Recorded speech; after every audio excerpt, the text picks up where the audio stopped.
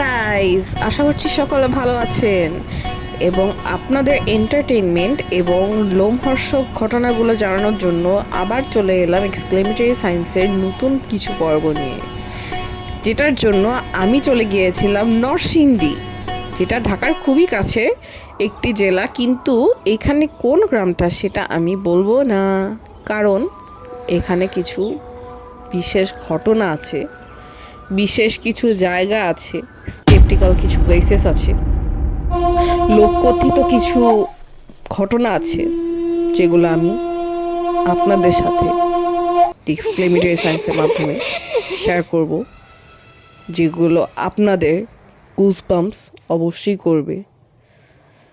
So চোখ রাখুন দি exclamatory সায়েন্সের চ্যানেলে।